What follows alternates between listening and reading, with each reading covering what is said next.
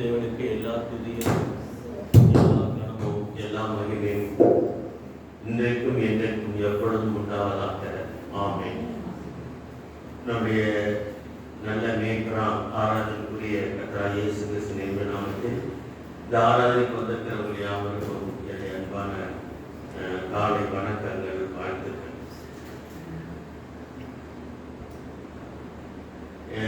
அடிக்கடி இந்த காரியங்களை சொல்வதை நீங்கள் தவிர்த்து கொள்ளும்படியாய் கிருபை பெற்றுக் கொள்வீர்களாக. தேவ சமூகத்துக்கு ஏற்ற நேரத்தில் வர பிரயாசப்படுங்கள். ஏனென்றால் ஆலயத்தினுடைய மேன்மை புதிய ஏற்பாட்டிலே அது இல்லை என்று எண்ணிவிட்டார்கள். 1 Corinthiயர் 3ஆம் அதிகாரம் 1 Corinthiயர் 6:19-20 நீங்களே தேவனுடைய ஆலயமாக இருக்கிறீர்கள் என்றும் தேவனுடைய ஆவி உங்களில் வாசமாக இருக்கிறது என்றும் அறியலாம்.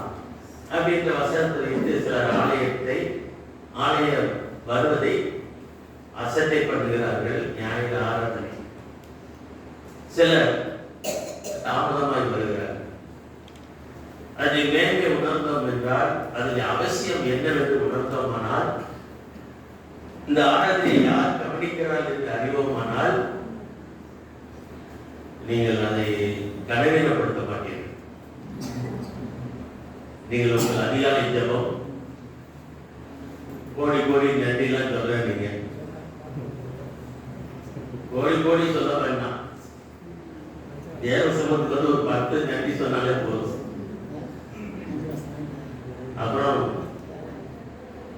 முதல் உலகத்திலேயே ஒரு தேவாலயம் கட்டினுடைய வரலாறு அறிவித்து அதை ஆலயத்தை அதை எப்படி கனப்படுத்தி இருக்கிறார் என்று பார்ப்போமானால், ஆவிக்குரிய ஆலயமாய் நடமாடுகிற ஆலயமாய் இருக்கிற உங்களை மேன்மை நீங்கள் விலகிக் கொள்ள முடியும்.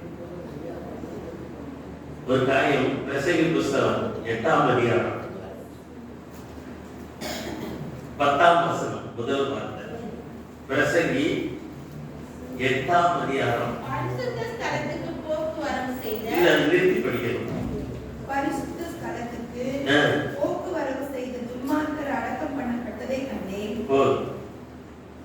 இந்த வசனத்தை யார் சொன்னார்னா சாலமோன் ராஜா. ரசனை எழுதுகிற சாலமோன் ஞானி. ஆலயத்தை கட்டினது அவர் தான். முதல் மிகப்பெரிய தேவாலயம். உங்களுக்கு சியோன் விடுதலை தேவாலயம் என்று வச்சிருக்கீங்க. விடுதலை இல்லாமல் இருக்கக்கூடாது இல்ல, விடுதலையோடு கூட வரணும். வேறு கேட்கிற வாழ்க்கை இருக்கணும். என்னன்னா ஆலயத்தை கட்டினவர் அந்த ஆலயத்தை அவர் அங்க இருந்து பார்க்கிற ஒரு 3 தருணங்களை நான் சொல்ல விரும்புறேன். சாலமோன் ஞானி ஆலயத்தை கட்டிட்டு வரவாங்க வராட்டா போங்க, இப்படி சும்மா போகும்போது வரும்போது ஆலயத்தை பார்த்துட்டு ஒரு சிலுவாடையால போட்டு போங்க, ஏதாவது மரியாதை செஞ்சுட்டு போங்க, தூரத்துல இருந்து ஒரு வணக்கம் போட்டு போங்க. இன்னும் சில பேர் நம்மள அறியாம உண்டியல் படியை கூட தொட்டு கும்பிட்டுட்டு போறாங்க. எதுக்கு தெரியல.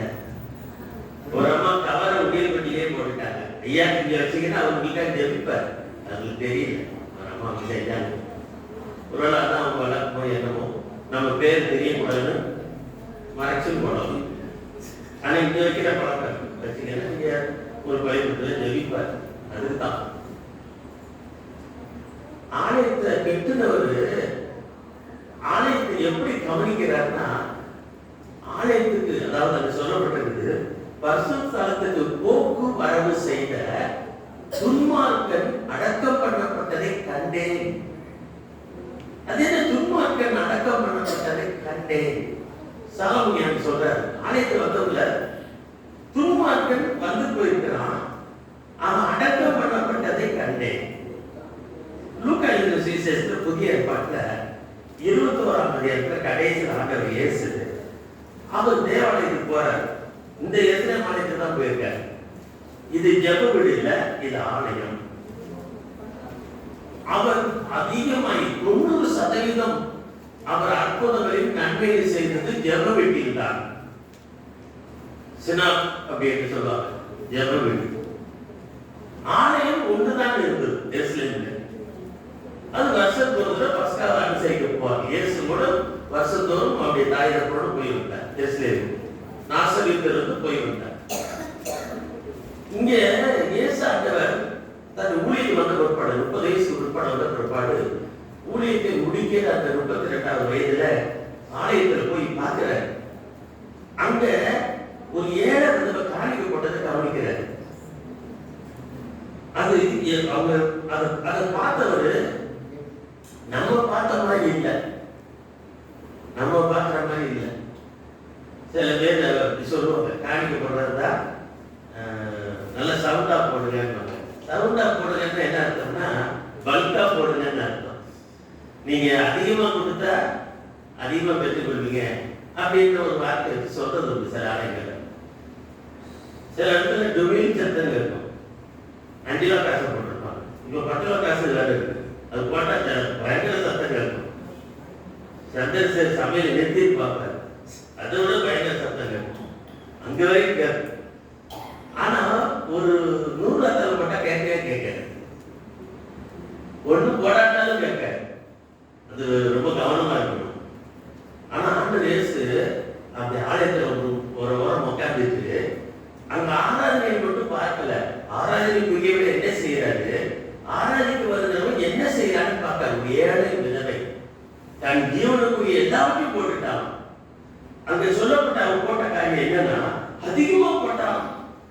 பணக்காரெல்லாம் போட்டிருக்காங்க, ஏழை விதவை மற்ற எல்லாரையும் பார்க்கலும் அதிகமாய் போட்டாங்க. அப்படி என்றால் ஆலயத்துல இருந்து நீங்க செய்யற ஒவ்வொரு நடவடிக்கையும் உங்கள் ஆண்டவர் உங்களை பார்க்கிறார். முதல்ல அதை கவனிக்க. நீங்க தாமதம் வந்தாலும் பார்க்கிறாரு, ஏன்னா அவர் முன்னவே இருக்கிறாரு. பணக்காரங்க வந்து போட்டதை பார்த்திருக்காரு, அப்புறம் அந்த ஏழை விதவையும் போட்டதை பார்த்திருக்காரு. அவர் 2 துட்டு சமான ஒரு காசு போட்டார், 2 துட்டு ஒரு காசு. அதை போட்டதை அவர் தான் அதிகமா போட்டார். அது எவ்வளவு போட்டான்னு விஷயம் இல்லை, ஆனா கர்த்தர் கவனிக்கிறார் உங்க நடவடிக்கை ஆலயத்துல. இதை ஆலயத்தை கட்ட சாலமோன் ஞானி கவனிக்கிறார். முதல் ஆலயம் தேவனுக்கு கட்டப்பட்டது. விக்கிரக ஆலயத்தில் இருந்தது. அப்போ அந்த ஆலயத்துல சாலமோன் கட்டி விட்டுட்டு அது எப்படி இருந்தாங்க அப்படின்னு வீணா போகல. கட்டடமாய் ஆலயத்துல நான் சொல்றது கட்டடமா ஆலயத்துல கட்டடம் கிடையாது. அப்ப இது என்ன அவசியம் இல்லையே. இதுக்கு ஏசி போட்டுக்கிட்டு இதுக்கு வேண்டிய வசதி பண்ணிக்கிட்டு இதுக்கு வேற கூட்டம் முடிஞ்சவங்க கலைஞ்சி மயக்க முடிஞ்சு போகக்கூடாது. பிரியாணி சாப்பிட்டுட்டு பிரியாணி சாப்பிட்டதால மயக்க போடவும் இருக்காங்க. அவர் போடுறது பொறுத்து உப்பு அள்ளி போட்டாருன்னா மயக்க வரும். அது பொறுத்து தான். அவர் எல்லாம் நெய்யெல்லாம் நிறைய தூக்கலை போட்டாருன்னா மயக்க வரும் தான். எப்படியா இருந்தாலும் ஆலயத்துக்கு வந்து கொண்டு ஒருத்தர் பார்த்துக்கிட்டு இருக்காங்க. அந்த பயம் உங்களுக்கு வரணும். எனக்கு வரணும். ஊழியத்துக்கு ஏதோ கொடுத்துட்டாங்க ஒரு டியூட்டின்னு இல்லை. இது சும்மா கூலி வேலை வந்து செஞ்சுட்டு போறது இல்லை. அவர் என்னுடைய பிதா, அவருடைய பிள்ளை. ஒரு தகப்பனை செய்ய வேண்டிய கணத்தை அதை செய்யணும். எனக்கு கூலி கொடுத்துருக்காரு, அதுல கரெக்டா இருக்கணும். அந்த ஏற்ற நேரத்தில் அந்த தேவசமத்தில் இருக்கணும். ஏற்ற நேரத்தில் அந்த காரியங்களை செய்து முடிக்கணும். ஒரு கிருபை பெற்றுக்கொள்ளணும். அதிகார ஜபத்தில் அது வேண்டிய கிருபை பெற்றுக்கொள்ளணும். ஆனா சாலமோன் நீ பார்க்கும்போது சொல்றாரு, ஒரு அற்புதமான காரியம் பார்க்கறது. துன்மார்க்கன் போக்குவரவு செய்ததை கண்டேன், அங்கு அவன் அடக்கம் பண்ணப்பட்டதை கண்டேன். அங்கே சொல்லப்பட்டிருக்கிறது 1 ராஜாக்கள் 8ஆம் அதிகாரம் 11ஆம் வசனம். 1 ராஜாக்கள் 8:11. மேகத்தின் நிமித்தம் ஆசாரியர்கள் ஊழியம் செய்கிறதுக்கு இருக்கக்கூடாமல் போயிற்று. கர்த்தருடைய மகிமை கர்த்தருடைய ஆலயத்தை நிரப்பிற்று. பழைய ஏற்பாட்டுல ஆலயம் கேட்ட உடனே 4ஆம் வசனத்துல ஒரு அற்புதமான ஜெபம் பண்றாரு. தேவனுடைய எத்தியத்துக்கு ஏற்ற பிரியமான ஜெபம். அந்த ஜெபத்துடைய துவக்கமே பாவம் இருக்கு. அதுதான் தேவ சமூகத்துடைய மகிமை. நீங்க அதை புரிஞ்சுக்கணும். நீங்க வந்து அதை கூட காண்டவரே இதை கூட காண்டவரே இல்ல நாங்க காணிக்க படம் காண்டவரே இல்ல பாட்டு பாட வந்தோம், நாங்க பாட்டு பாடி நடனம் ஆடுவேங்க. சதசர் ஆடி பாட்டு ஜெயிக்குமா? பாருங்க நடனம் ஆடி பாடு எப்படியோ நடக்குது. எல்லாரும் பாருங்க பார்க்கலாம். நல்ல யோசனை பண்ணி பாருங்க. சாலமோன் கவனிக்கும் போது துன்மார்க்கன் அடக்கப்பட்டதை பார்த்திருக்க. அந்த ஆலயத்துல தான் ஆசாரியர்கள் பணிவிடை செய்யும் போது பிரதிஷ்ட நாள்ல தேவ மகிமை வந்தோன்னா ஆசாரியனே உள்ள இருக்க முடியல. அது என்னங்க அப்படி ஒரு மகிமை? நீங்க பெற்றுக்கொண்ட அந்த மகிமை இல்லை. நல்லா பார்த்துக்கோங்க. தேவ மகிமை வந்தது ஆலயத்தை நிரம்பிட்டு ஆசாரியர் பணிவிடை செய்ய முடியல, வெளியே ஓடிட்டாங்க. 2 நாளாகவும் 7ஆம் அதிகாரம் 14ஆம் வசனத்துல ஆலயத்தை குறித்து கர்த்தர் சொன்ன வார்த்தை இது அன்னைக்கு ஆலயத்துல எழுதி வச்சிருப்பாங்க. 2 நாளாகவும் 7:14. என் நாமம் இந்த ஆலயத்தில் என்றென்றைக்கும் இருக்கும்படி நான் இதை தெரிந்து கொண்டு வசிக்கப்படுத்தினேன். என் கண்கள் என் இருதயம் என்னாலும் இங்கே இருக்கும். இருதயம் இங்கே இருக்கும். 7:14. 2 நாளாகவும் 7:14. 4:14. 7:14. அப்போ பாருங்க போட்டுக்கிறார். இதை பரிசுத்தப்படுத்துறாராம். என் கண்கள் என் இருதயம். அதே அர்த்தம் என்ன? அவர் கண்ணு இருக்குன்னா அவருக்கு கண்ணா நம்ம மாதிரி அவருடைய கவனமெல்லாம் நம்ம மேல, அவருடைய இருதயம் விருப்பமெல்லாம் நம்ம மேல. அன்னைக்கு அந்த எழுத்துடைய ஆலயத்துக்கு அந்த வார்த்தையை அவர் வாக்கு கொடுத்தாரு. இந்த ஆலயத்தின் மேல சாலமோன் கட்டின ஆலயத்தின் மேல என் கண்கள் என் கவனமும் என் செவியில் திறந்தவையா இருக்கும் ஜெபம் பண்றதுக்கு. என் இருதயம் விருப்பத்தின் இடம் இருதயம் ஆத்மா. என் விருப்பம்லாம் இந்த ஆலயத்தின் மேலதான். இப்ப நீங்க புதிய ஏற்பாட்டில் இதைத்தான் நீங்க படிக்கிறீங்க. 1 3ஆம் அதிகாரம் 6ஆம் அதிகாரம் 19 இதெல்லாம் படிக்கிறீங்க. நீங்க தான் தேவனுடைய ஆலயம். நீங்க தேவனுடைய ஆலயமா புதிய ஏற்பாட்டா பரிசுத்த அபிஷேகத்தில் ஆலயமா மாற்றப்பட்ட பிற்பாடு எழுத்துக்குடியான அந்த கட்டட ஆலயம் வரணுமா? வேண்டியது இல்லையே. இப்படி மதுரையில ஒரு பெரிய கலெக்டர் அவர் ரசிக்கப்பட்டு அவர்கள் ஏற்றுக்கொண்டு உமாசாங்க மதுரையில் அவர் என்ன சொல்லிட்டாரு? தவறான ஒரு வழிபடத்தை சத்தியத்தை தெரிவித்தார். நிறைய பேர் ஆலயத்திலே வர்றதில்லை, ஆலயமே கிடையாது. புதிய ஏற்பாட்டில் ஏது ஆலயம்? நான் தான் ஆலயம், அதனால நம்ம எங்கேயும் போகக்கூடாது. அப்படி சொன்னா எபிரேயர் 13ஆம் அதிகாரம். பவுல் புதிய ஏற்பாட்டில் சொன்ன வார்த்தை தான். இந்த வார்த்தைக்கு அந்த அந்த தேவ மனுஷன் தான் அர்த்தம் சொல்லணும். நமக்கு தெரியல. எபிரேயர் அங்க சொல்லப்பட்டிருக்கிறது தேவ சமூகத்துடைய முக்கியத்துவத்தை அவர் சொல்றார். 10ஆம் அதிகாரம் 24 25. எபிரேயர் 10ஆம் அதிகாரம். அன்புக்கு நற்கிரியைகளுக்கு ஏவப்படும்படி ஒருவர் ஒருவரை கவனிக்கணும். நெருக்க போட்டு அவுத்து விட்ட மாதிரி ஓடக்கூடாது. அர்த்தமா போடமான்னு ஓடக்கூடாது. இல்ல வேற காரியங்களும் பேசக்கூடாது. வித்தியாசமா இருக்க. நீங்க கேட்டு படிச்ச எங்க வாங்கிங்க? ட்ரெஸ் நல்லா இருக்கு, மாடல் ட்ரெஸ் நல்லா இருக்கு, எங்க வாங்கிங்க? ஆணி முடிஞ்சிட்டு இன்னும் தலைமையில போட்டாங்கன்னா இதை பேசுறதுக்கு வரக்கூடாது. அன்புக்கும் நற்கிரியைக்கும் நாம் ஏவப்படும்படி ஒருவர் ஒருவர் கவனிக்கணும். அப்புறம் சபை கூடி வருதலை அந்த இது ஜென்ம சபை கூடி வருதல் போது சிலர் தாமதமாய் வருகிறதையும் நாம் விட்டுவிடாமல் நாம் தாமதம் வரக்கூடாது. ஒருவருக்கு புத்தி சொல்லணுங்க. ஏன் லேட்டா வரீங்கன்றத என்ன விசேஷம்? ஆபீஸுக்கு அப்படி போவீங்களா? வேலைக்கு போவீங்களா? இப்ப மீன் பிடிக்கிறது அதிகாலை 5 மணிக்கு சூரியன் போனா இல்ல வெடிச்சு நான் 10 மணிக்கு போறேன்னு போவீங்களா? அதுக்கு மக்கள் மீனை பிடிச்சிட்டு போயிடுவாங்க. இல்லாட்டா அது சில சிரமங்கள் இயற்கை தொந்தரவு. அப்ப அதுலாம் விஜிலண்டா இருக்கணும். கரெக்டா இருக்கும். பள்ளிக்கு லேட்டா விடுவீங்களா? அப்புறம் பிரியாணி கேட்க செஞ்சீங்கல்ல, நீ சீக்கிரமா வந்துட்டாரு என்னை கூப்பிட. அவர் டவர் கிடைக்க மாட்டேங்க. அவர் போன் அடிச்சு அவர் அடிச்சிருக்காரு நான் இறங்கும்போது. ஆனா பாருங்க முடிச்சிட்டீங்களான்னு கேட்டா எல்லாம் முடிச்சுட்டீங்க. பிரியாணி கரெக்டா முடிச்சுட்டு தேவசோருக்கு உட்காந்துட்டேன். இன்னைக்கு எனக்கு சந்தோஷம்.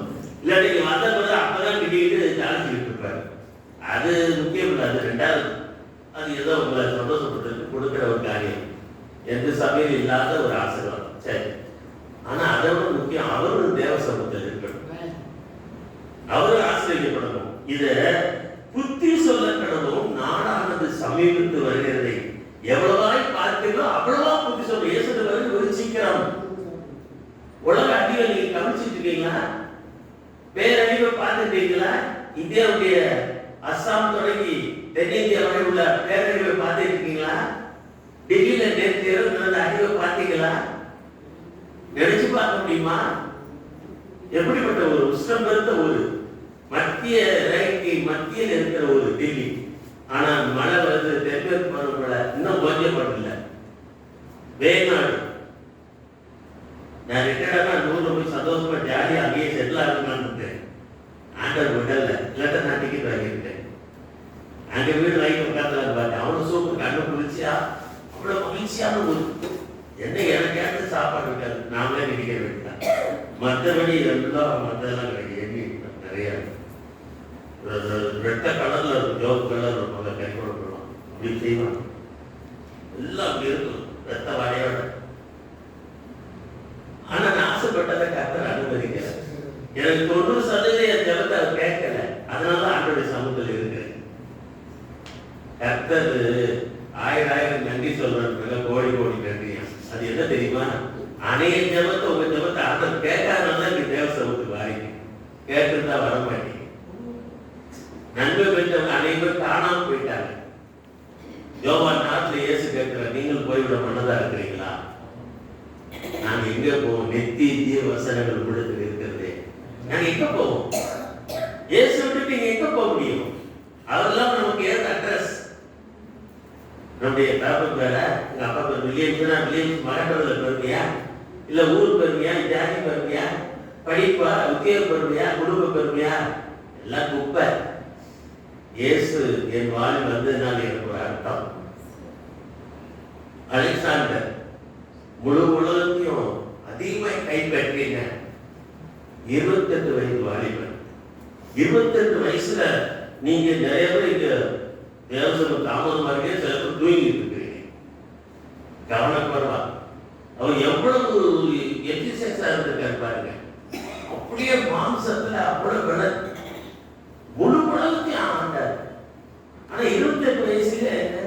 செத்து போனார். ஏன் செத்தார்? உலகத்தை ஆண்டவர் தன்னை ஆள முடியாம போயிட்டார். இயேசு கிறிஸ்துவின் காலத்துக்கு முன்ன கிரேக்க சாம்ராஜ்யத்துடைய சக்கரவர்த்தி, ரோம சாம்ராஜ்யத்துக்கு முன்ன கிரேக்க சாம்ராஜ்யம். இயேசு காலத்துக்கு முன்ன கிட்டத்தட்ட 2500 வருஷத்துக்குள்ள வாழ்ந்த அலெக்சாண்டர் குடினா செத்தார். குடிக்கக்கூடாது, கெடுதல் சொல்ல ஆள் இல்லை, போதனை இல்லை, வழி நடத்துற ஆலோசனை இல்லை, தெய்வ நம்பிக்கை இல்லை, செத்து போனார். அமெரிக்கா இல்லாட்டா நல்ல ஆங்கில திரைப்படத்தில் மிக பிரபலமான நடிகை. உங்களுக்கு எத்தனை இங்கே கூட நடிப்பர் சொல்லுவீங்க? நான் படித்தது வரலாறு. மர்லின் மன்றோ, கனவு கவின் மன்றம். மர்லின் மன்றோன்னா அது பயங்கர மகாத்மா காந்தியும் மயங்கிட்டார். ஏன்னா இப்படி ஒரு அழகா பேரவை அந்த தாத்தா அந்த ஆசையப்பார் அவ்வளோ அழகா. மர்லின் மன்றம் சந்திரசேகர் பாட்டில் கவலைப்படுறாங்க. அதெல்லாம் வேண்டாம், பார்த்தா நீங்க நாசமாக போயிருக்கீங்க, தப்பிச்சிருக்கீங்க. அப்படி ஒரு பேரறிஞ அவங்க தகுந்தவங்க எத்தனையோ பெரிய பெரிய ஜாம்புவார்கள். ஆனா உலகத்துக்கு கோடிக்கணக்கான டாலர் பணம் சம்பாதிச்சு திரைப்படத்துல எத்தனையோ இருதயங்களை நொறுக்குன அந்த பேரறிஞி கடைசி காலத்துல நிம்மதி இல்லாம தற்கொலை பண்ணி செத்தால் 32 வயது. 32 வயதுங்க, வாழ வேண்டிய வயசுல செத்துட்டார். ஊர்ல எல்லாரும் மயில செய்தவர், எல்லாரும் தன்னுடைய அழகினால் கவர்ச்சித்தவர். ஆனா அவன் பரிணத்த ஆகலையே, ஏன்னா அவன் தேவ சமூகத்துக்கு வராதவன். அவன் ஒரு தடவை அங்க பண்டித பிள்ளைக்கிறான், அமெரிக்கால பிரசவம் பண்ணிட்டு இருக்கிற. பிரசவம் பண்ணும்போது இந்த அம்மாவுக்கு ஒரு காற்று இருக்கிறான். அவன் அந்த சுவிசேஷத்தை கேட்டு ஆண்டவரை ஏற்றுக்கொண்டாரு. அவன் சொல்றான், தமிழ் அவர் சினிமா நடிக்கிறத விட்டுட்டு அவரை கூட்டிட்டு போகும்போது, அம்மா இன்னைக்கு எங்க கோதல் ஒருத்தர் நம்ம ஊருக்கு வந்திருக்கிறார், டெக்சாஸ் வந்திருக்கிறார், அவர் இன்னைக்கு பிரச்சனை பண்றாரு, போற பாருங்களா ஒரு 2 நிமிஷம் போறீங்களா, நான் நின்று கேட்டுட்டு வந்துடுறேன். நான் எவ்வளவு பெரிய பிஸியானாரு, உன் வேலை இருக்கிறாரு யாரு, அவரு பைபிள் பிரசங்க, அது யாரு எனக்கு அதை பத்தி தெரியாது. அவர் பேர் என்ன, பிள்ளைக்கலாம். ஏயா அவருக்காக நிறுத்துவேன், நான் யாரு, உலக பேரை, நான் எவ்வளவு பிஸி. சரி, நீ என் தேவர், என் உயிர் காப்பாளர், என் உயிரை கொண்டு போறாரு. சரி, உனக்காக 2 நிமிஷம் நிறுத்திக்கோ. கூட்டத்தை வெளியே நிறுத்தி அந்த கார் கிளாஸை திறந்து பார்த்தார். அங்கே ஏசி போட வேண்டிய அவசியம் இல்லை, குளிர் பிரதேசம். அதை திறந்து பார்த்தா அவர் பிரசவனை பார்த்தோன்னே அவர் தச்சலா பேசிட்டு இருக்கார். உலக அழகி மர்லின் மன்றோவா இருந்தா கூட இயேசுவை ஏற்றுக்கொள்ளனா அவன் வாழ்க்கையில பூஜை இருப்பாங்க. அப்பதான் பேசிட்டு இருக்காங்க. காட்டுற வார்த்தை எப்படி வருவாங்க. இவன் யோசிக்கிறான், நம்மளை பத்தி பேசுறாரு. ஏன்னா உலகம் பேசுது, எல்லா கவுந்து கிடக்குது. இவர் பைபிள் பத்தி பேசுற பிரசங்காரு, இவர் எப்ப கவுந்தாரு அப்படின்னு உன்னிப்பா காட்டுறது கவனிக்கிறானா. இயேசு வாழ்க்கையில எவ்வளவு அவசியம், அவர் பாவத்தை மன்னித்து பரலோக வாழ்க்கை கொடுக்க வந்திருக்கிறார். அதனால உனக்கு உணவை இன்பம் தராது. நீ எல்லாருக்கும் இன்பம் கொடுக்கல, துன்பத்தை கொடுக்கற, நரகத்துக்கு அழைச்சிட்டு போற. வண்டியை பண்றவே நீ அநேகர் நரகத்துக்கு கொண்டு போற.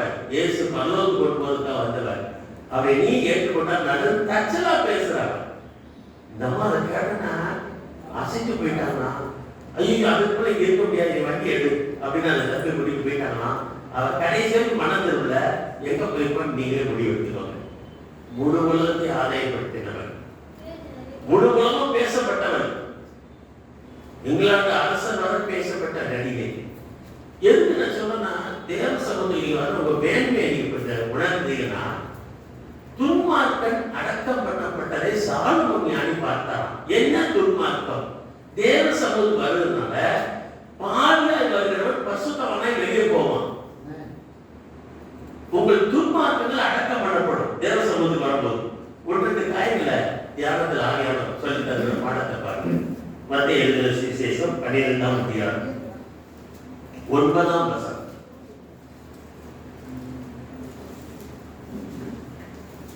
மத்திய எழுதின சுவிசேஷம் 12ஆம் அதிகாரம் 9ஆம் வசனம்.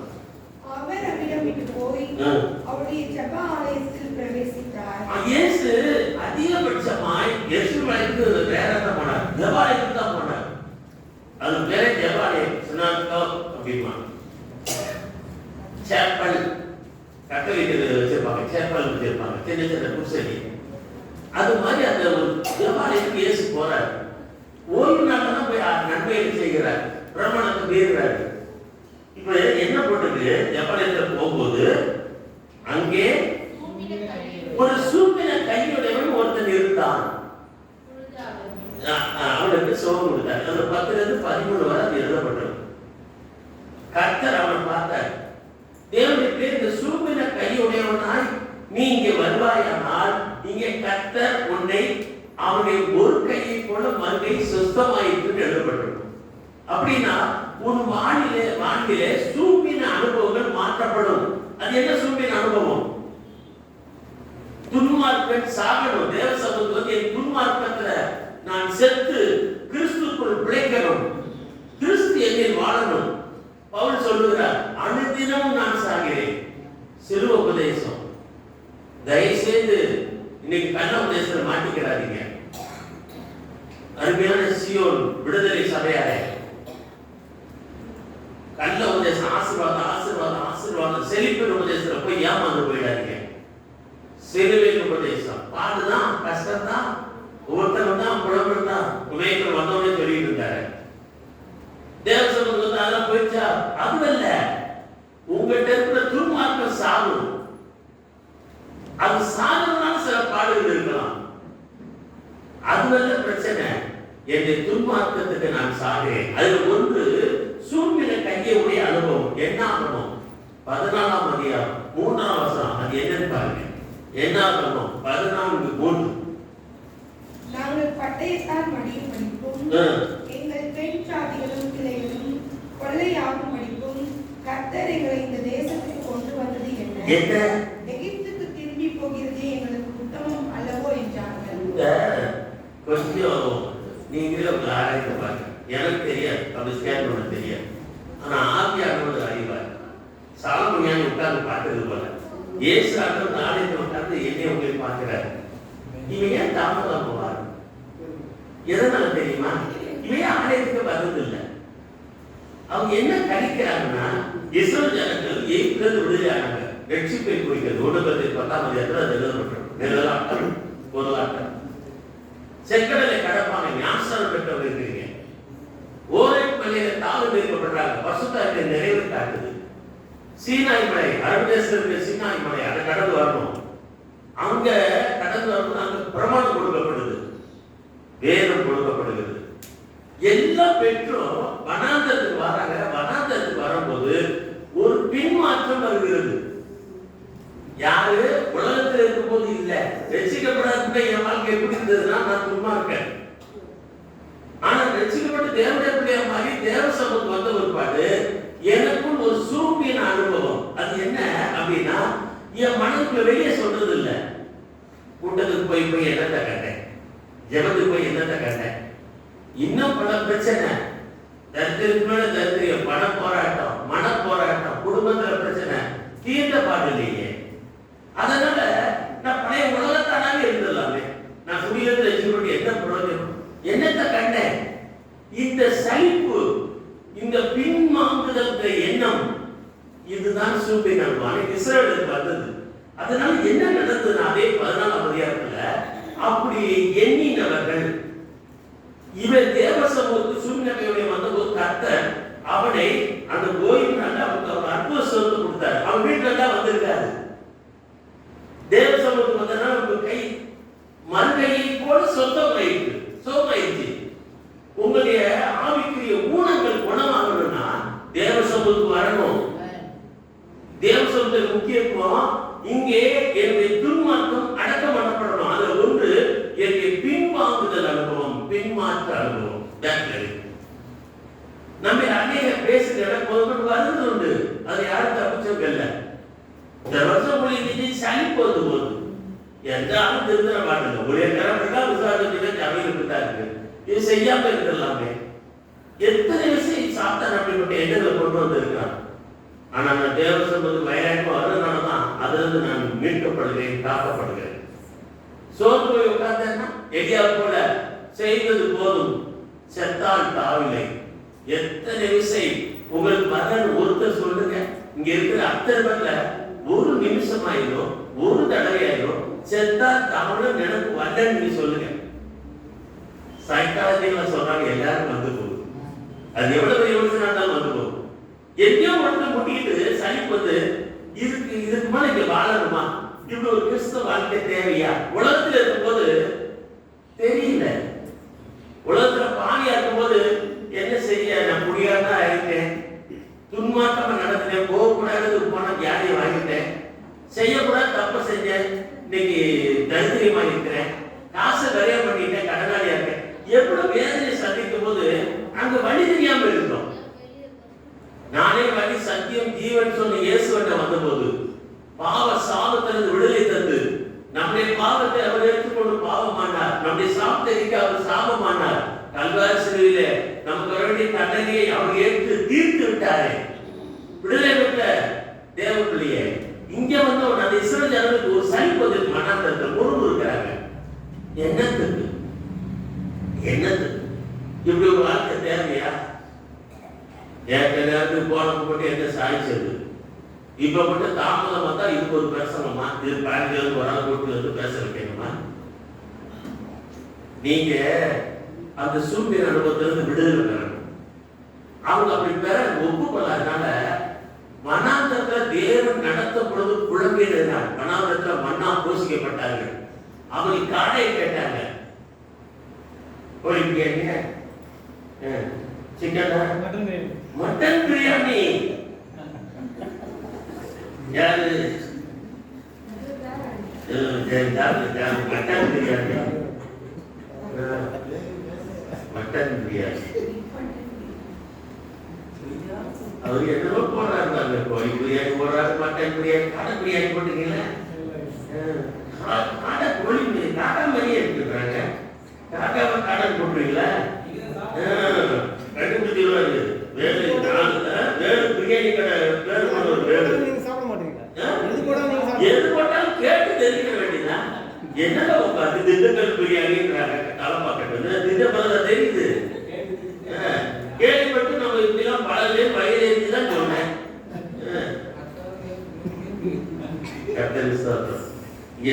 என்ன அந்த காரியம் நீங்க அதை படிச்சு பாருங்க. நான் சொல்றது பயங்கர முடிவு பாருங்க. தேவனுக்கு கொஞ்சம் தாமதமா தேவ சமூகத்துக்கு சலிப்போட ஒரு ஆர்வம் இல்லாம ஆக்கம் இல்லாம நீ ரட்சிக்கப்பட்ட புதுசுல எவ்வளவு வைராக்கியமாய் வந்தாய். கொஞ்சம் சிந்தித்து பாரு. இந்த உலக நிம்மதி இல்லை, பாவத்திலிருந்து விடுதலை இல்லை, பாவ பழக்கத்திலிருந்து முடிவு இல்லை, என் சரீரத்துல வியாதி, குடும்பத்துல சாபம், இதுல நான் விடுதலை ஆகணும். இயேசுவை நம்பி வந்த போது அன்றைக்கு அவர் கொடுத்த ஒரு சின்ன ஆசீர்வாதம் கூட கோடி கோடி நன்றி பாட முடிஞ்சது. இன்னைக்கு ஒப்பு பாடிட்டு போறீங்களா? இங்க என்ன போட்டு 22ஆம் வசனம், என்னாகும் 14, 22, 23. என் மகிமையிலும் நான் எகிப்திலும் வனாந்திரத்திலும் செய்த என் அடையாளங்களையும் கண்டிருந்தும் என் சத்தத்துக்கு செவி கொடாமல் இதனோட 10 முறை என்னை பற்றி பார்த்த மனிதர் ஒருவரும் அவர்கள் பிதாக்களுக்கு நான் ஆணையிட்டு கொடுத்த தேசத்தை காண மாட்டார்கள். எனக்கு கோபம் உண்டாக்கினவர்கள் ஒருவரும் அதை காண மாட்டார்கள். என்னாகும் 14 அதிகாரம் மாறக்கூடாது. 14, 22, 22 வசனம். கம்ப்யூட்டர் காத்து ஒன்றும் துணிபட மாட்டேங்குது. சரியா இருக்குதா பாருங்க. என் மகிமையும் நான் ஏற்று வனாந்திரத்தில் என் அடையாளம் கண்டிருந்தும் என் சத்தத்தை செய்விடம் இதோட 10 முறை என்ன பரிச்சை பார்த்திருக்கேன். பிரியமான தேவனுக்கு ஒரு நாள் சொன்னா பரவாயில்ல, செல்வராஜ் ஒன்று நீ சொல்ல நான் செத்து போவேன், நான் இருக்க மாட்டேன். ஆனா யார் கொண்டும் கத்தர் கொண்டு பேசிட்டே இருக்காரு. 10 வருஷம் என்ன அர்த்தம்? முடிவில்லாம உணர்த்திக்கிட்டே இருக்காரு. ஆனா இருந்த கடினப்படுத்தி இருந்தா என்ன நடக்கும்? 23 அவர்கள் பிதாக்களுக்கு நான் ஆணையிட்டு கொடுத்த தேசத்தை காண மாட்டார்கள். பரமகாரன் வரமாட்டீங்க. அதுக்கே கொடுத்து வரீங்க. இப்பவே போயிருங்க, இப்பவே போடுங்க. நானே சொல்றேன், பாஸ் போச்சாலும் பரவாயில்ல. அப்படி உங்க காணிக்க வேண்டாம், நீங்க வேண்டாம். அப்படிதான் சொல்லுவார் ஐயா. என்ன அர்த்தம்? ஒரு பையன் பள்ளியில் 1 வருஷம் படிக்கிறான். சிந்திச்சு பாருங்க. வருஷ கடையில் ஃபெயில் ஆயிட்டா எவ்வளவு ஃபீல் பண்ணுவான்னு ஃபெயிலான பிள்ளைய போய் பாருங்க. நீங்க சமாதானம் சொல்லி முடியாது. அவ்வளவு வேதனையா இருக்கும். படிச்சிருக்கான். குறைந்தது ஒரு 10 மாதம் 9 வருஷத்துக்கு அதிகமாக ஸ்கூலுக்கு போயிருப்பான். ஒர்க்கிங் டேஸ் பாடங்களை படிச்சிருக்கான். ஒரு நாள் அவன் வாழ்க்கை தீர்மானிக்கப்படுது, பாடம் ஃபெயில். உடனே அவன் என்ன செய்யறான்? சில பிள்ளைகள் 10th கூட வந்து செத்த பிள்ளைங்க இருக்காங்க. கற்றோர் பண்ணி 10th வாழ்க்கை மறுவாழ்க்கை இருக்குது. டுடோரியல் காலேஜ் இருக்காங்க, திருப்பி எழுதலாம் அக்டோபர்ல. அது அந்த முறை தெரியாத அந்த இளம் பிராயத்துல இனமறியாத வயதுல டக்குனு ஒரு முடிவு எடுத்துறாங்க. வாழ்க்கை முடிஞ்சு போச்சு, நான் செத்து போறேன். இவங்களுக்கு பரமாக்கா இவ்வளவும் ஓட்டம் ஓடியும் கடைசியில என்னை அப்படி வரையில நான் போல நான் ஏன் கிறிஸ்தவ வாழ்க்கை எதுக்கு ஒப்புக்கு நம்ம கொண்டு வரணும்? சாமதான். ஏன்னா ஊழல் இருக்குது, சலிப்பு வந்து போச்சு. அவங்க சலிச்சாங்க. யாரு? 20 லட்சத்துக்கு அதிகமான பேர். அந்த 20 லட்சம் பேரும் எழுத்துப்படியான அந்த கான்ட்ராக்ட்ல போகவே இல்லை. கர்த்தர் அனுமதிக்கிற வனாந்தரத்தில் மடிந்தார்கள், செத்து போனாங்க. 1:10 வேணா படிச்சு பாருங்க, வரலாறு பாருங்க. என்ன கர்த்தர் தானே கொண்டு வந்தாரு. 1:10 5ஆம் வசனம். அப்படி இருந்தும் அவர்களில் அதிகமான பேர்களிடத்தில் தேவன் பிரியமாய் இருந்ததில்ல. வனாந்தரத்திலே அவர்கள் அழிக்கப்பட்டார்கள். அவங்க எல்லோரும் அழிக்கப்பட்டாங்க. 2 பேர் யோசுவா காலம். ஏன்னா 20 லட்சம் பேர் எங்க ரேஷியோ பயமா இல்ல. இப்ப நம்ம கணக்கு எடுங்க, இதுல ஒரே ஒருத்தர் மட்டும் போறாருன்னா அப்ப நீ ஏன் பெரிய மதம் பெரிய ஜெபசிங்க என்னையா யோசிக்கிற? ஒரே ஒரு ஆளு, ஒரே மகிழ்ச்சியா இருக்காரு வேலை. ஏன்னா விளையாட்டு இல்லையா? சில பேருக்கு விளையாட்டு வர்றதுக்கு முன்னால துக்கமா இருப்பாங்க, வந்த பிறகு சந்தோஷமா இருப்பாங்க. சில பேருக்கு வந்த பிறகு போன பிறகு சந்தோஷமா இருப்பாங்க. என்ன செய்ய, பாடு கஷ்டம் தான், உபத்திரம் தான். ஆனா அதுதான் உருவாக்குது நம்மள. சில பேருக்கு மனைவியே உள்ளா இருப்பாங்க. ஏன்? உங்களை உருவாக்குறது தான். என் மனைவி சரியில்லை சொல்லாதீங்க, என் புருஷன் சரியில்லை, உங்களை உருவாக்குறது தான். அன்னைக்கு அவங்க 10 தடவை கத்தைய பரீட்சை பார்த்துருக்காங்க.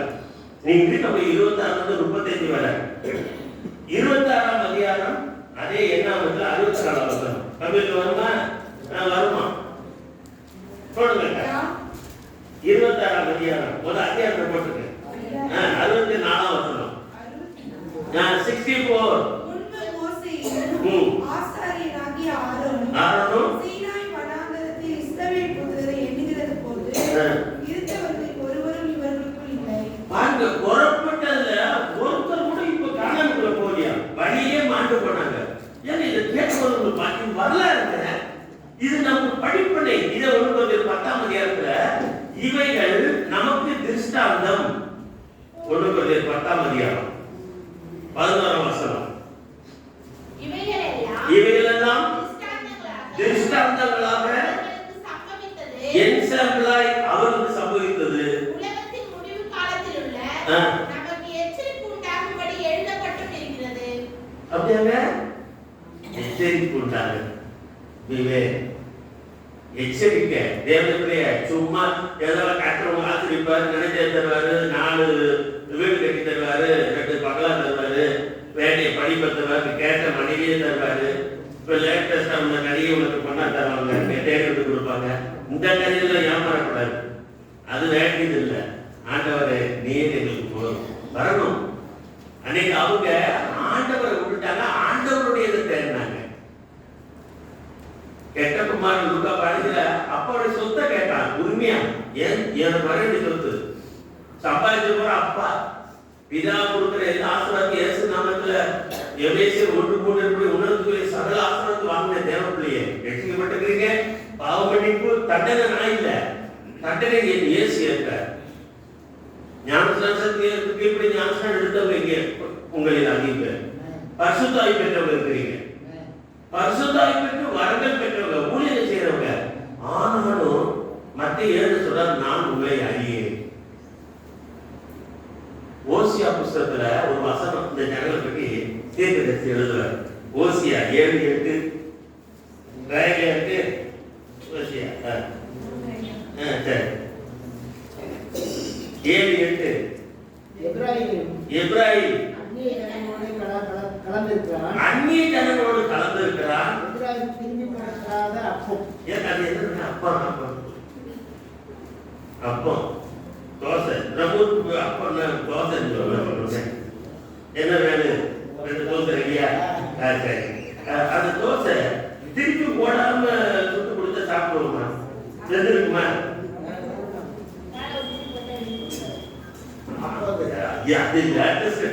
அப்படி பார்த்தா பீசா தான் திங்கிறீங்க. திரு பெரிய நடமாட முடியாம உட்காந்துருக்கீங்க. நிறைய விஷயம் திரு உடம்பு கெட்டு போன காரியங்க தான். மண்பானையில சமைச்சது மாதிரி திருப்பி வராங்க. மெட்ராஸ்ல அதுக்குன்னு பார்த்துருக்காரு சந்திரசேகர். அங்க பழைய சோறு வச்சு ஊர்ல வைக்கிறாங்க. அது 100 ரூபாயும். ஐஸ் பிரியாணியா அது பேரு? பழைய சோறா திருப்புறாங்க பாருங்க. அது சாப்பிடும்போது வியாதியே கிடையாது, சக்கரை வியாதி கிடையாது, சோறு கிடையாது, சுறுசுறுப்பா வேலை செஞ்சாங்க. இப்ப 8 இட்லி சாப்பிட்டாலும் 8 மணி நேரம் கூட வேலை செய்யல, சாஞ்சிடுறாங்க. அவ்வளவுதான். அப்புறம் குத்துது குடையுது, நோய், டாக்டர்கிட்ட போய் செலவு, சக்கரை வியாதி, பிரஷர், அப்படி எதுவும் கிட்னி போச்சு காணும், கிட்னியே இல்லையாம் சில பேருக்கு. டானிக் போடுறதா? டானிக் போட்டா கிட்னியே தான் போகும். சில பேர் சிகரெட் சேஞ்ச் ஸ்மோக்கர். ரஜினி அப்படி செய்யலாம், குடிக்க நாம குடிக்க மாட்டோமா? நிறைய இருக்காரு, அது போயிடும், கேன்சர் ஆயிடும், புதுசு கருகி போயிடும், போக உள்ள போக.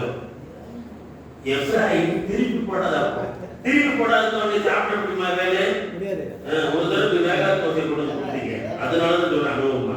அவர்கிட்ட சொல்லுங்க, நல்ல பெரட்டி போட்டு பாண்டிச்சேரி பிரசங்கியாரு, இதை பிரச்சனை போட்டு என்னைய தாக்குவாரு. அதனால நல்லா வேக வச்சு குடியா, காசு வாங்கல அப்படி சொல்லணும். தோசை அப்படியே போட்டா நல்லா தாக்கு பாக்க, திருப்பி போட்டா தான் சாப்பிட முடியும்.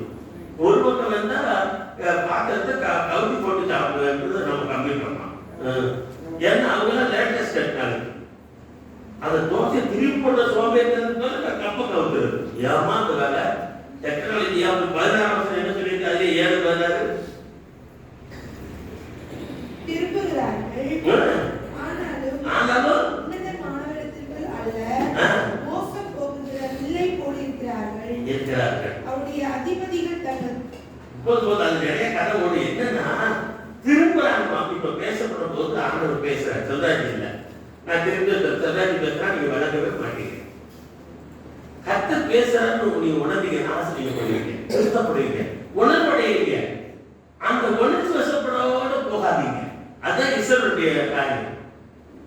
தப்புதான், நம்ம தாமதம் வந்தது தப்புதான், கூட்டத்து வராம போனது தப்புதான், 40 மட்டும் வந்து அட்டன் பண்ணி பிரசாதம் வாங்கிட்டு போனோமே, வாங்கிட்டு போனோமே தப்புதான். பவுல் எழுதுறாரு புதிய ஏற்பாட்டுல, தங்களுடைய கொடுத்தாங்க இல்ல, தங்களே கொடுத்தாங்க. நீங்க தான் ஆண்டவர் சொல்லுற போது காணிக்கை படைக்கணும். அப்பதான் உங்களுக்குரிய காசு பணம் உங்க மத்த ஐட்டம் தான். உங்களை கொடுக்காம காசை போட்டு அது ஊழியத்துக்கு ஆசிரியர் கிடையாது, உங்களுக்கு ஆசிரியர் கிடையாது. உங்களை கொடுங்க. அங்க எசேக்கியேல் 33:36 இந்த சூப்பின் அனுபவம் எது தெரியுமா? வாயில இன்பமா பேசுறாங்களாம். உதாரணத்துக்கு பாஸ்டர் சொல்லும் போது பசங்க இருக்கும்போது நீங்களே தீர்மானம் எடுத்துக்கீங்க, சரி இவங்க கரெக்டா வந்துடணும். இந்த இடத்த விட்டு போன உடனே அந்த செத்த அனுபவம் பழையக்கு வந்தது. அது என்னங்க? இங்க உணர்ச்சி வசப்பட்டு முடிவு எடுக்காதீங்க.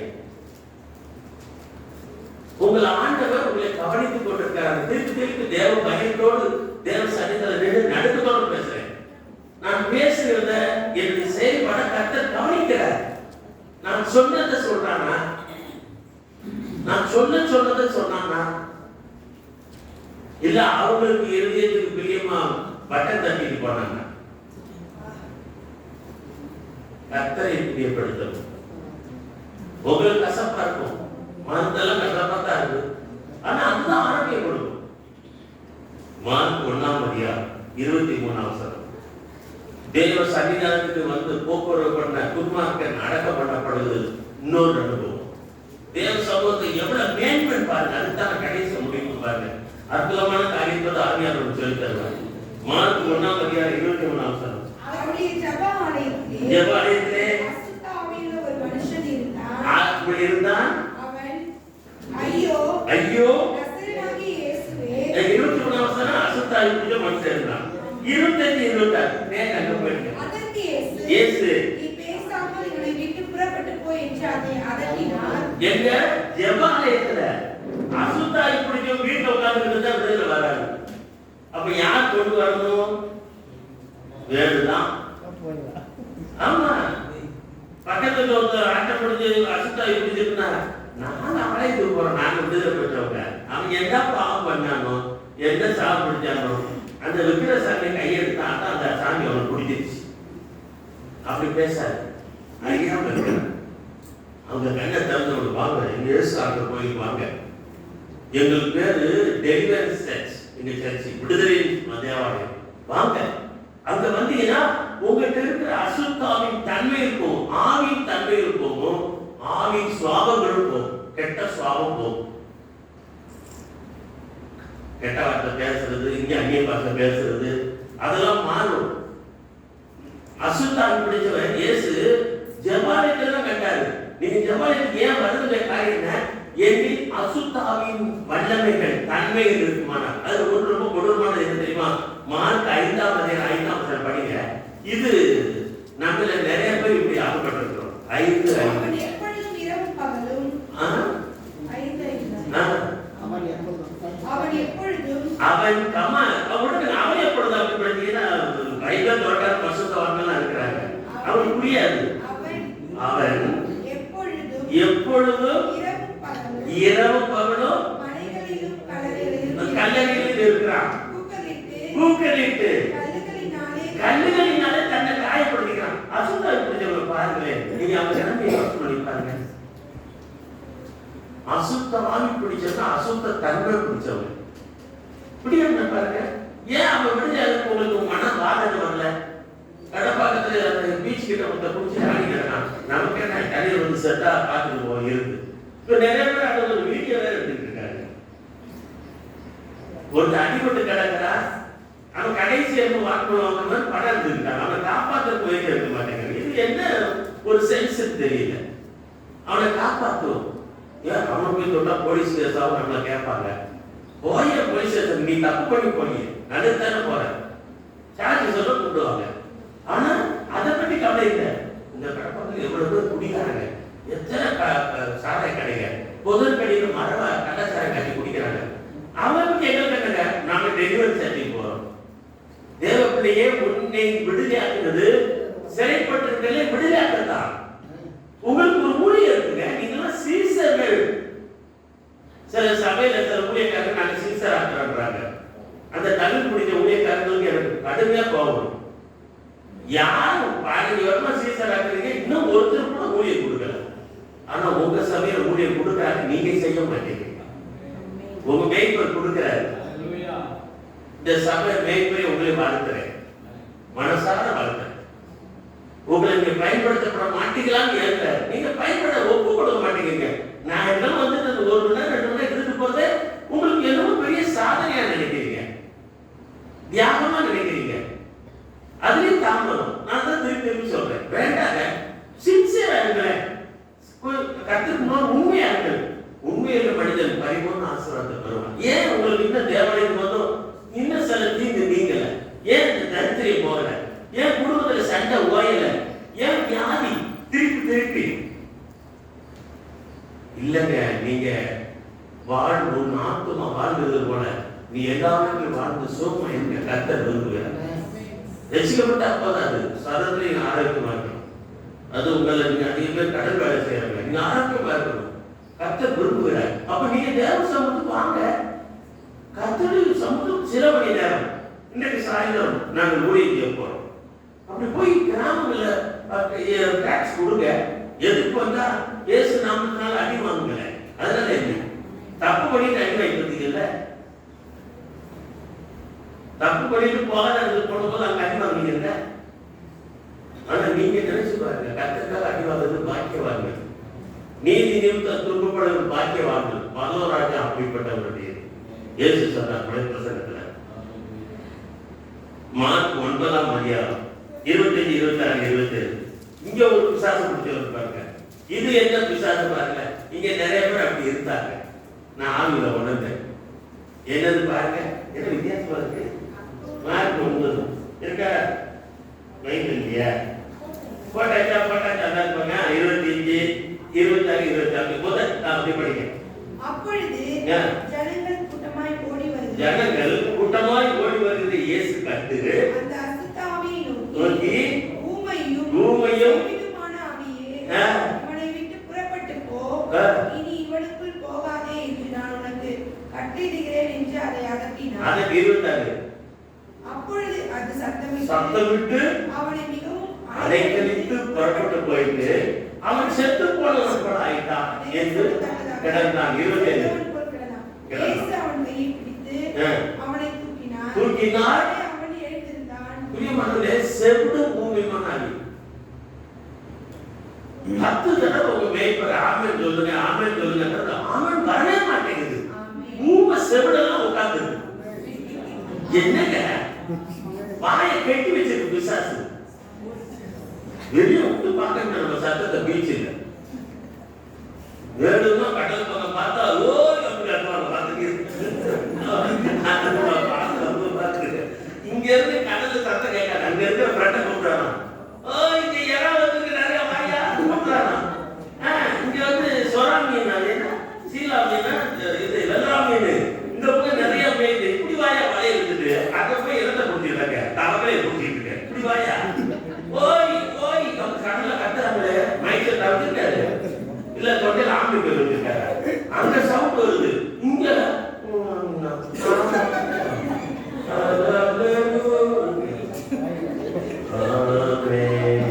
என்ன செத்தா பண்ணுவோட பாடிக்கிட்டு எப்படிங்க?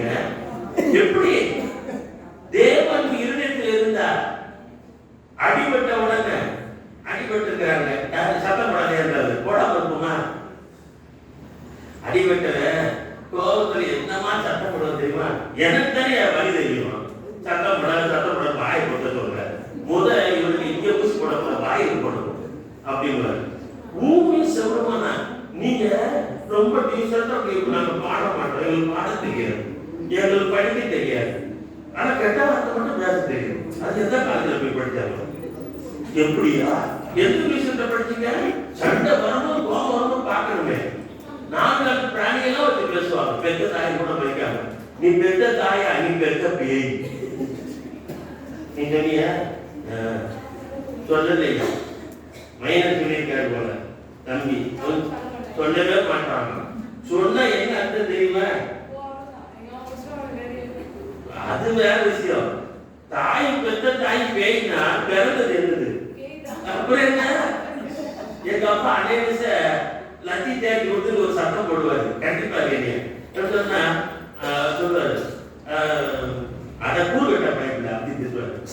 நான் சொல்றேன், ஏமா அவர் என்னையே திட்டலாமா? அவரே திட்டிக்கிறார். கூறு கட்ட பையன் அவருக்குள்ள நானு அப்படியே வாங்கி கொடுக்க செய்யணும். இந்த வாயை பிடிச்சி ஆரோக்கியம் விட்டுட்டாரு.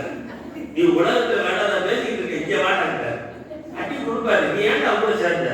சரி அவன் அடிச்சாக்குவேன். அவன் கூட நீ ஏன் சேர்ந்து அடி. அவன் ஏன் அடிச்சதுல நினைக்க மாட்டான். என்ன அடி விடுவோம். ஆனா அப்ப திட்டம் போது சொல்றாரு, கூறு கட்ட பயன்படுறாரு. எனக்கு ஆச்சரியமா இருக்கும். ரொம்ப நேரம் யோசிச்சு பார்த்தேன், இவன் திட்டம் என்ன திட்டுறாரு? அந்த 12 வயசுல திரும்ப யோசிக்க பாருங்க. கூறு கட்ட பையன் அவருக்கு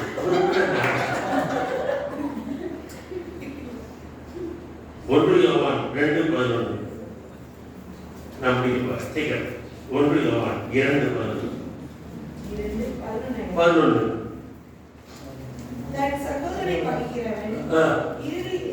தன் சகோதரனை பகைக்கிறவன் இருளிலிருந்து இருளிலே நடக்கிறான். இருளானது கண்களை குருடாக்குதுங்க. அறியாது. கண்ணு தெரியாது. எப்படி இருக்கான்? நான் சொல்லல, எனக்கு கண்ணு தெரியாது. 2 மாசத்துக்கு ஜூன்ல ரொம்ப சலுகையா ஊருக்கு வெளியே எந்த காட்டு போய் என்ன 70,000 1 லட்சம் கேட்கறாங்க கண்ணா பிரசனுக்கு. நம்ம சிம்பிளா எங்கேயாவது போய் பண்ணுவோம், யாருக்கும் தெரியாம. அப்படின்னு ரொம்ப தேடி பார்த்து பாண்டிச்சேரி ஊருக்கு வெளியே ஒரு கிளினிக் போட்டுச்சு. அவர் உத்து பார்த்தேன், கண்ணாஸ்பத்திரி தான். எனக்கு அரை கட்டுது பாரு போயிட்டே இருக்கு, கேட்ட மறைக்குது. அப்படி பார்த்தேன் பார்த்துக்கிட்டே இருக்கும் போது ஒரு ஸ்கிரீன் போட்டிருக்காரு அந்த டாக்டர்.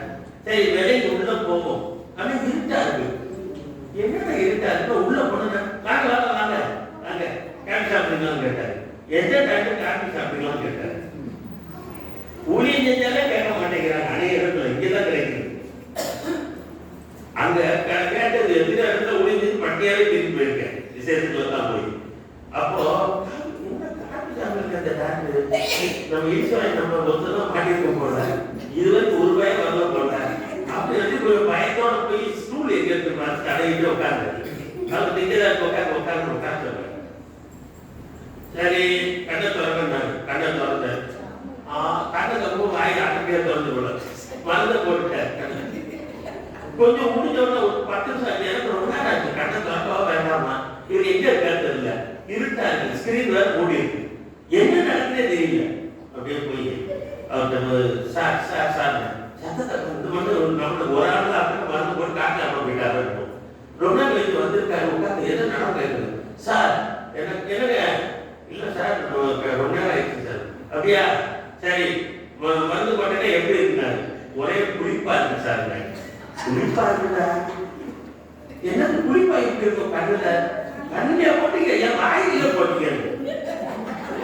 யாரு அப்ப டாக்டர் ஒரு அங்கே கண்டு நானே குருடே போனா என்னை பார்க்கறாரு.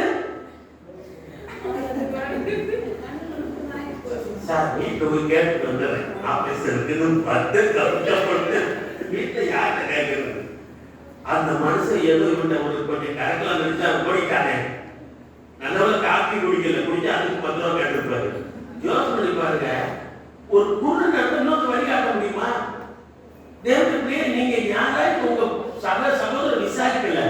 ஏன் தம்பி ஒரு தம்பி அவர் பழைய சேர்ச்சுக்கு போயிட்டு ஏன் தம்பி லேட்டா வரீங்க அவரை கேட்கணும். சக நண்பர் நீங்க வருஷத்தோடு ஆணைக்கு வந்து லேட்டா வரீங்க கேட்கணும். இல்லைன்னா நீ குருடன். நல்ல வழிகாட்டு. நீ கர்த்தர் சத்தியத்துல நடக்கிற மனுஷனா இருந்தா அடுத்த அந்த சத்தியத்தில் நடக்கும்படி பார்வையுடையவனாயிரு. தேவன் ஒளியா இருக்கிறார். ஒளி நடக்க இருள வெறுக்கிறான். இருளின் கிரிகளை வெறுப்பான். யோவான் 3 சொல்றாரு தங்கள் கிரிகள் பாவமா அந்தரமா இருக்கிறனால அவன் ஒளியிடத்தில் வராது இருக்கிறான். நீங்களாம் ஒளியா இயேசுட்ட வந்தவங்க. மற்றவங்களுக்கு இயேசு பற்றி சொல்ல வேண்டாமா? நம்ம ஆண்டவர் ஆராய்ச்சி ஏன் தம்பி எப்படி லேட்டா வரீங்க? ஏன் லேட்டா வரீங்க?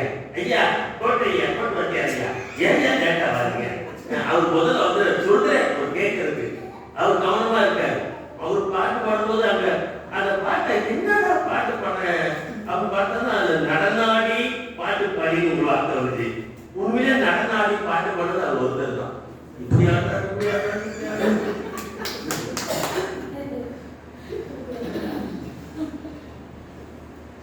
பிரியமானவர்களே கடைசியா ஒரு காரியம் லூக்கா 13ஆம் அதிகாரம் 10-11 படிச்சா 14 தேவ சமூகத்தில் இது நடக்கும். அதுதான் நான் பேசுறேன்.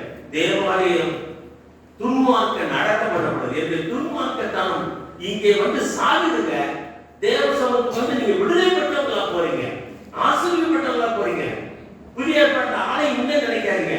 ஆலயம் அவசியம். ஆலயத்தான் கத்திருக்காரா இங்கே இல்ல. இதை என்ன சாமி? நம்ம சாமி என்ன சாமியா? இந்த எல்லைக்குள்ள இருக்காரு. இதை தாண்டி போன சாமி இல்லையா? திருநெல்வேலி பக்கம் புளியாம்பட்டின்னு ஒரு அதிகாரம் இருக்கும். பிசாசு பிடிச்சவங்களை கொண்டு போவாங்க கட்டளைக்கு கோயில். அந்த கோயிலுக்கு போனா பேய் ஓட்டிடும்.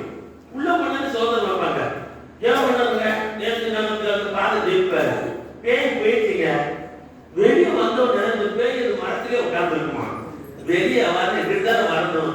அந்த கோயிலுக்கு கொல்லவாசம் கிடையாது. கொல்லவாசம் இருக்கா இன்னைக்கு போக முடியாது போலயே படத்தை வச்சுட்டாரு. இப்படிதான் வந்த மாதிரி தான் போயாகணும். ஒரே வழி இயேசுதான் ஒரே வழி. 2 வழியே கிடையாது. அங்க சைடு வாசல் இல்ல. வெளியே வந்தா திருப்பி விசாரம் பிடிச்சிருமா. நம்ம சாமி எந்த சாமியா? அந்த சாமிகள் பாருங்க. அந்த விழுது போன சாமிகளுக்கு ஆவிகள் பாருங்க எல்லாம் அவங்க எல்ல சாமி. அந்த எல்லையை தாண்டி அடுத்த சாமிக்கு அதிகாரம். இந்த சாமி வேட்டைக்கு போறாராம். குறுக்க போயிடக்கூடாதாம். வேட்டைக்கு போறாரு கருசாமி. சிவாஜி பக்கம் அப்படிலாம் இருக்கும். வேட்டைக்கு போகும்போது குறுக்க போயிடக்கூடாதாம். அவர் வேட்டைக்கு டியூட்டியில போறாரு. நம்ம குறுக்க போனா அடிச்சுட்டு போயிடுவாராம். அடிக்கிற சாமியும் பயப்படுறாரு. அன்னைக்கிற சாமி பயம் இல்லையே பாருங்க. நம்ம சாமியை ஓசியார் படிக்கிறோம். அவர் நம்மை அடிக்கிறார், அவரே காயம் கட்டுகிறார். திருத்திருக்காங்க 18 வருஷம் பூமியும் ஜமாலயத்துல. அத அந்த லூக்கா 13ஆம் அதிகாரம் 16ஆம் வசனம் எப்படி ஆரம்பிக்குது? 16.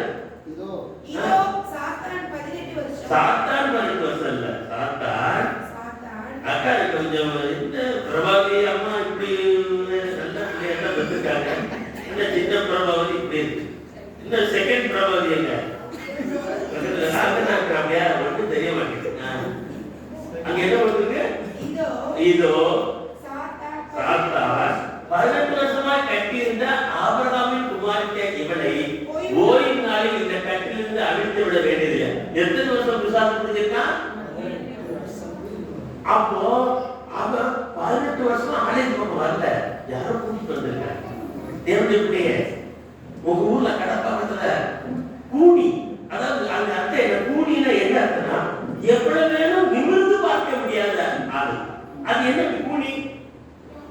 இந்த தீபாவளிக்கு ஒரு ஆளு ஃபேமஸ். தீபாவளிக்கு யார் ஒரு ஃபேமஸ்? ஐயா மலேசியா. சரியா? தீபாவளிக்கு யாருக்கு ஃபேமஸ்? அவரு இருக்கட்டும். தீபாவளிக்கு ஒரு பிரியாணி போடுவாங்க. எதுல போடுவாங்க? மரக்காணத்துல பாத்துக்க. நடுக்குப்பம் பாஸ்டர் ஒருத்தர், என்ன பாஸ்டர் என்னையா ரோட அகலப்படுத்தினாங்க, ஆனா ஒரு கூட்டம் போன கூட்டம் போக மாட்டேங்குது. ஏன் அப்படியே உங்களுக்கு என்ன இடைஞ்சல் கேட்டேன். இல்லையா பண்ணி வீட்டுக்குள்ள வரைக்கும் வந்துருது, ஆத்துமாக்கு வர மாட்டேங்கிறாங்க. யாரு வந்ததாமா?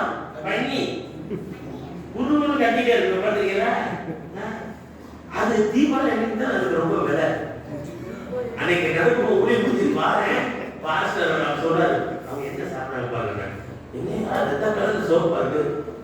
சாதாரண ஞாயிற்றுக்கிழமை ஒரு பண்ணி எடுத்து சாப்பிடுவாங்க. அவ்வளவு குடும்பம். நம்ம வந்து தீபாவளி அன்னைக்கு பண்ணி எப்படி பாருங்க, இந்த அசுத்தத்தை பார்த்துட்டே தெரியும். ஏன்னா அது உலகம், மாமிசம், பிசாசு. உலகத்தையே ஒரு கூணி நிமிர்ந்து பார்க்க முடியாது. அவனை இயேசு கூண்ணை தொட்டு நிமிர்ந்து மேல் 18 வருஷம் கட்டியிருக்கிற இவள் ஆபிரகாமுடைய பிள்ளை. இந்த ஊருக்கு எல்லாரும் பரமபிதா படைத்தவர்கள். இங்க இருக்கிற அந்த இந்து கோயில் பூசாரிய யார் படைச்சாரு? நம்ம ஆண்டவர் தான். இந்த ஊர் எம்எல்ஏ படைச்சது யாரு? நம்ம ஆண்டவர் தான். அவங்க அப்படியே அந்த நம்பிக்கையிலிருந்து நடந்து போட்டுமா? நீங்க தான் அந்த விடுதலைக்கு ஆலயத்தை கூட்டிட்டு வரணும். 18 வருஷம் நடத்துல ஒரு நாள் கூட்டிட்டு வந்த போது யாரோ கொண்டு வந்திருக்காங்க. இயேசு அவரை பார்த்த போது மனது உருகிட்டாங்க. 18 வருஷம் ஓய்வு நாள் அர்த்தம் தெரியுமா? உன் ஆடு இருந்தா தூக்க மாட்டேன், ஒரு மாடு இருந்தா தூக்க மாட்டேன், ஓய்வு நாள் பார்த்துட்டு இருப்பியா? இவன் ஒரு மனுஷன், கடவுளுடைய சாயல படைக்கப்பட்டவன். அவள் கூணி பண்ணி பார்த்து அப்படி பார்த்து அன்னைக்கு மட்டும் பண்ணி என்ன செய்வாருன்னா 4 காலை கேட்டி ஒரு கோலை கொடுத்து தலையில தீர்ப்பாங்க. இந்த பண்ணி அப்பதான் மண்ணாக்க தலைகளா நிற்கும். இப்படி பார்த்துருங்க. வானம் ஒண்ணு இருக்கா? நட்சத்திரமா? இதான் நட்சத்திரமா? இதான் நிலாவா? இதான் சூரியனா? நீதான் வேற. அன்னைக்கு தானே வானம் தெரியும். பரலோக தரிசனம் இல்லாத பாவிகள் இந்த உலகத்தையே சதம் உலகத்தோட வாழ்க்கை முடிச்சுபடி ஓடிக்கொண்டிருக்கிற ஆத்துமாக்களை நீங்க தேவ சன்னிதானத்தை கொண்டு வர வேண்டியது உங்க பொறுப்பு. இந்த பூனான அனுபவத்தில் உலக மாம்ச பிசாசு கட்ட என்னை ரட்சித்தது எதற்காக? உலக மாம்ச பிசாசு அடிமையாக விடுதலையாக்குறது தான். ஏன் உங்களுக்கு அந்த உத்தரவாதம் இல்லை? அப்போ தேவாலயத்துக்கு வர்றதுனால செத்த அனுபவம் நிறைய காரியங்களை சொல்ல முடியும். ஒரு முக்கியமான காரியம் 1 சாமுவேல் 1:10 அங்கே அண்ணால் மனக்கசந்து அழுதாங்க. தாய்மாரே, உங்க கணவர் திருந்தலையா? இல்ல உங்க மனைவி திருந்தலையா? ஐயா அம்மாரே, இல்ல உங்க பிள்ளைகள் பாலிய பிள்ளைகளை கீழ்ப்படிய மாட்டேங்கிறாங்க, உலகத்தை நேசிக்கு செருப்போடு கையுமா அலையிறாங்க. இன்னைக்கு பிள்ளை கையில போத, அன்னைக்கு எல்லாம் ஸ்கூல் பிள்ளைகள் கையில போத. உங்க காலத்தில் இருக்க படிக்கிறது இல்லையா? விற்கிற ஆள் இல்ல, போது போதும். பல கெட்ட பழக்கங்கள். ஒரு பையனும் பொண்ணு சேர்ந்து போனா காணாம போயிடுறாங்க. அதாவது அவ்வளவுதான். எவ்வளவு தீமை நிறைந்த உலகத்துல நம்ம பிள்ளைகள் உலகத்துக்குள்ள போறாங்க. நீங்களே கையில ஒண்ணு வாங்கி கொடுத்துறீங்க. அதுலயும் அவங்க சும்மா சாதாரண 2000-3000 பொண்ணு இல்லையா, அது ஆப்பிள் பொண்ணு தான் வேணும். வேணுமா? வேண்டாம், ஜாக்கிரதை.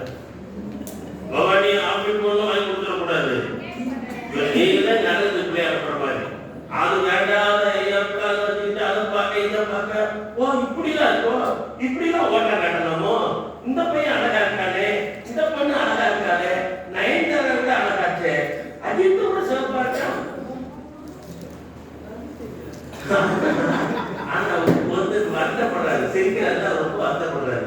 நம்ம காலத்துல ஆப்பிள் போன் இல்ல, நான் ஒருத்தி கேட்டுட்டு வந்துட்டு இப்ப வீட்டுல விட்டுட்டு வந்திருக்கேன், விட்டு வந்திருக்கேன். அப்படியா? வந்துட்டாங்க, எங்கேயும் வச்சாங்க, இங்கே வந்துட்டாங்க. விநாயகர் விட்டுட்டு வர முடியுமா? விநாயகர் விட்டுட்டு என்ன நீங்க ஏன் அழைத்து வரல? வரல, அவங்க அண்ணன் உடம்பு சரியில்லாம போயிருக்காங்க.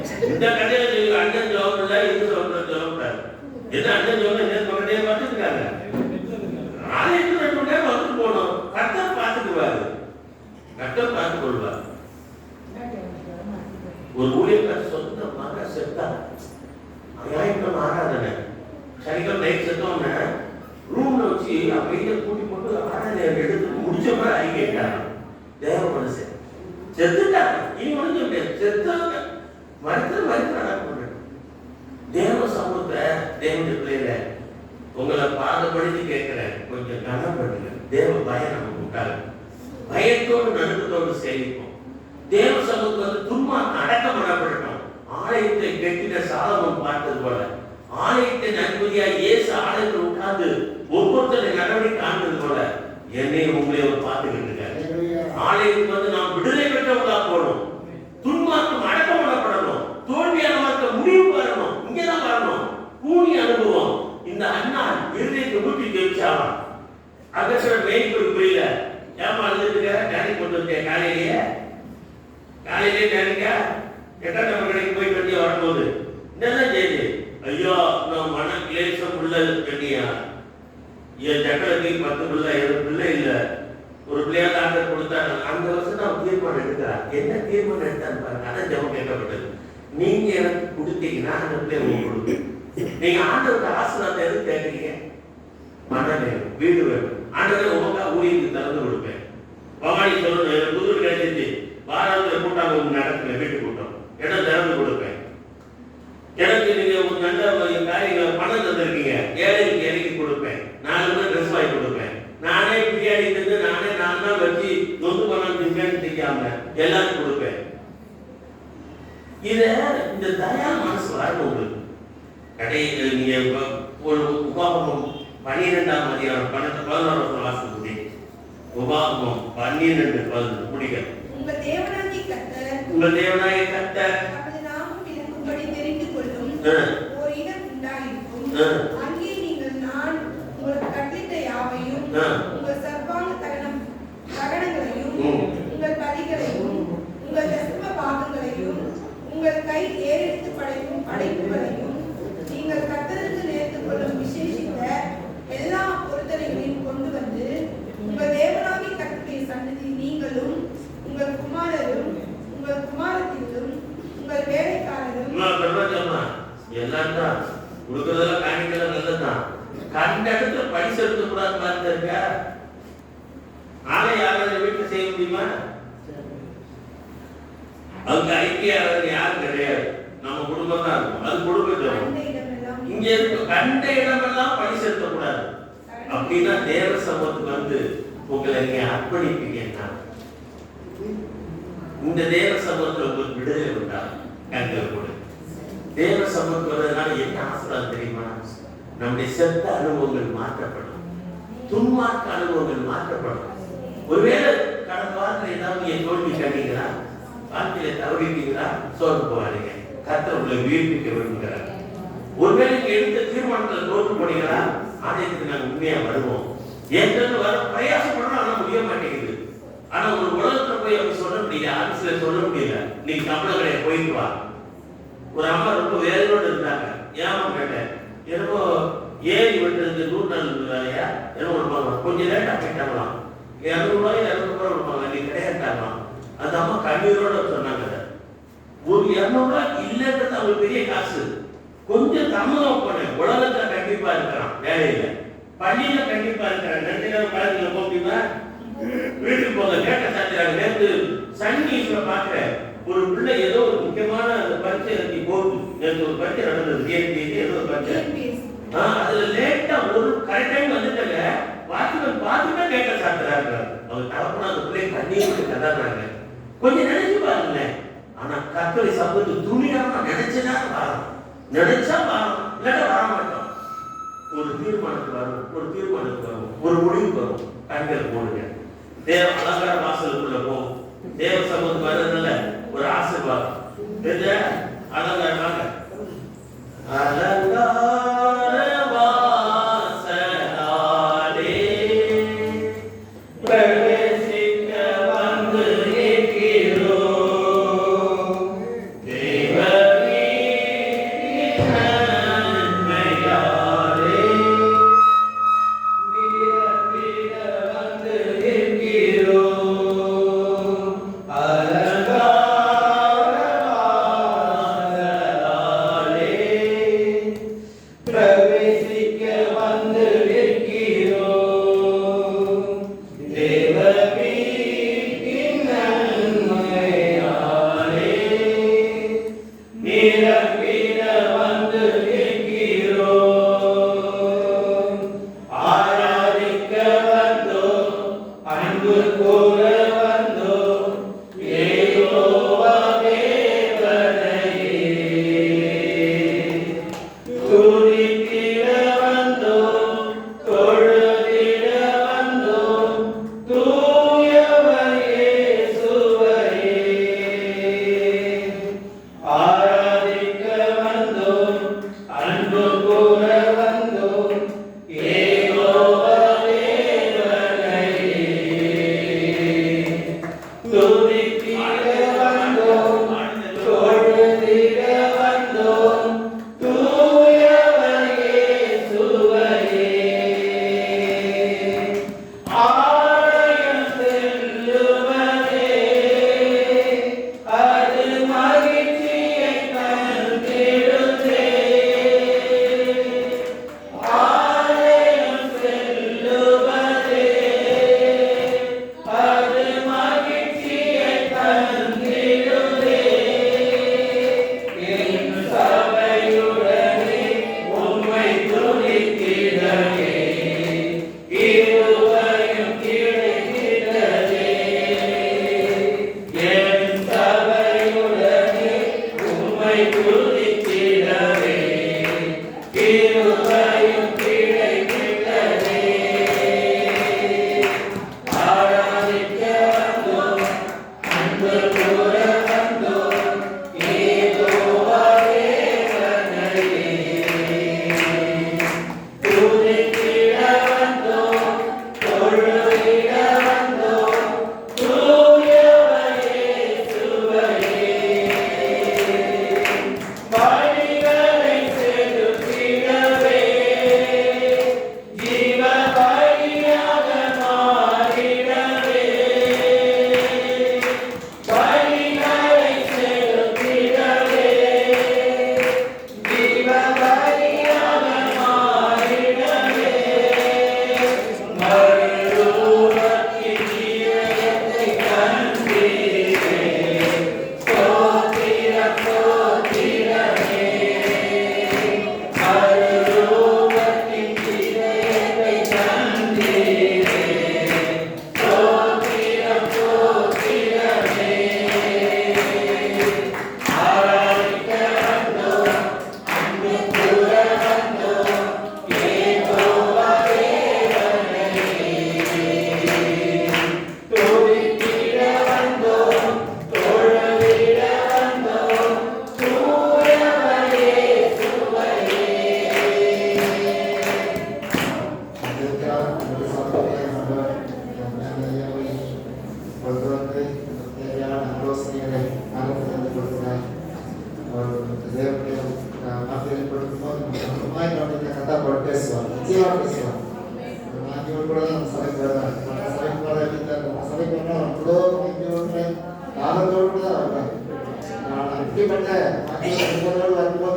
நிச்சயமா பேசலாம்.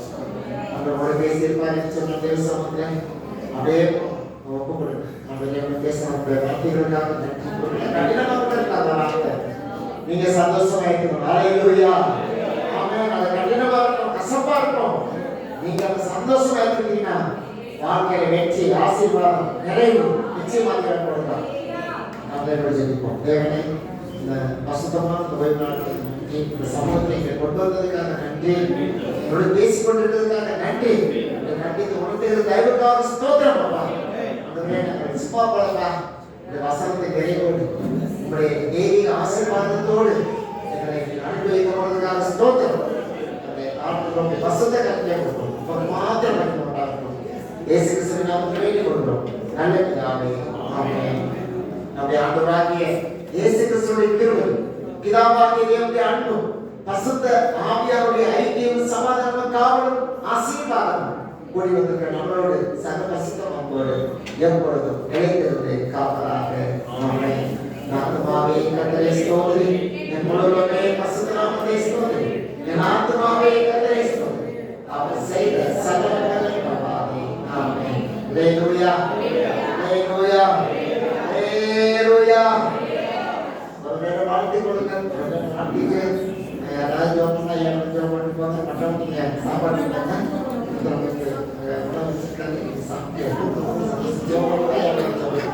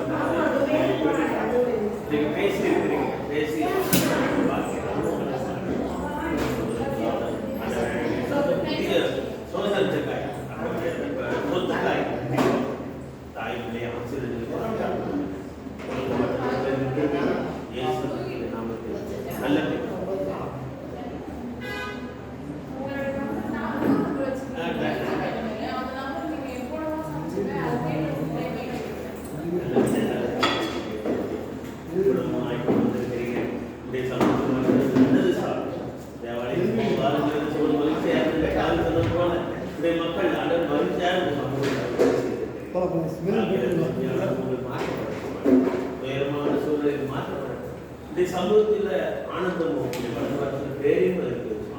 பிதாவ குமாரன் பரிசுத்தாவியாகிய தேவனை நான் தொழுது கொண்டு வந்திருக்கிறேன். மக்கள் ஆசீர்வதிக்க